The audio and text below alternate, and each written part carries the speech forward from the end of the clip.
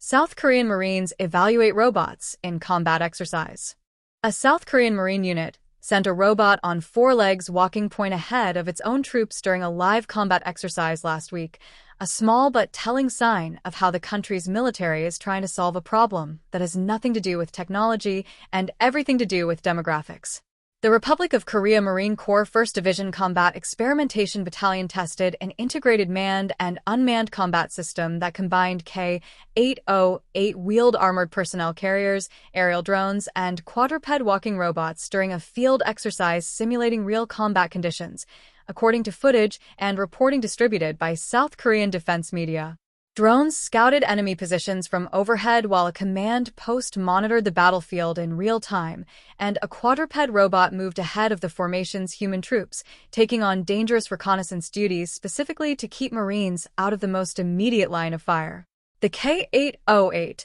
sometimes referred to by its nickname White Tiger, is South Korea's domestically produced 88-wheeled armored personnel carrier, a vehicle the defense blog has previously reported drew praise from an American Marine who trained alongside Republic of Korea forces earlier this year, describing the K-808 as representing a generational leap in armored vehicle design compared to the U.S. Marine Corps-owned Stryker and light armored vehicle platforms. That vehicle formed the manned backbone of last week's exercise, working alongside the unmanned systems rather than being replaced by them, reflecting South Korea's current approach of integrating robots and drones into existing formations rather than attempting to substitute machines for soldiers entirely. The exercise's core purpose was comparing combat performance between traditional infantry company formations and smaller team or platoon-sized units equipped with these manned-unmanned combat systems, testing whether South Korea's Marine Corps could restructure its future force organization around fewer troops supported by more capable equipment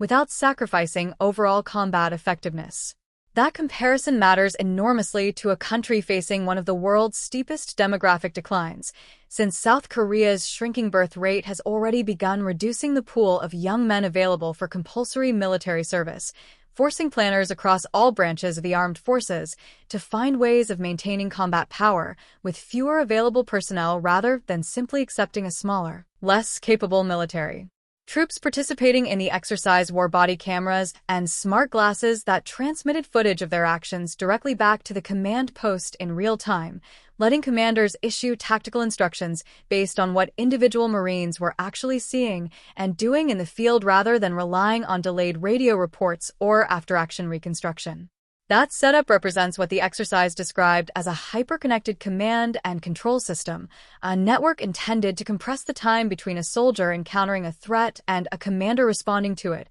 a capability increasingly viewed as essential across modern militaries as battlefield information moves faster and decisions need to keep pace. South Korea's Marine Corps established the 1st Division Combat Experimentation Battalion on January 29, 2024, aligning the unit's creation with a broader development plan from the country's Ministry of National Defense aimed at preparing the armed forces for future battlefield conditions. Since standing up, the battalion has focused on collective training with new equipment and small unit combat skill development through a range of live field exercises, using each iteration to refine both the equipment itself and the tactics needed to employ it effectively. Last week's test represents one entry in that ongoing program rather than a one-time demonstration, with Marine Corps officials indicating plans to continue conducting scientific, systematic combat experiments and applying whatever lessons emerge to future battlefield environments as they evolve.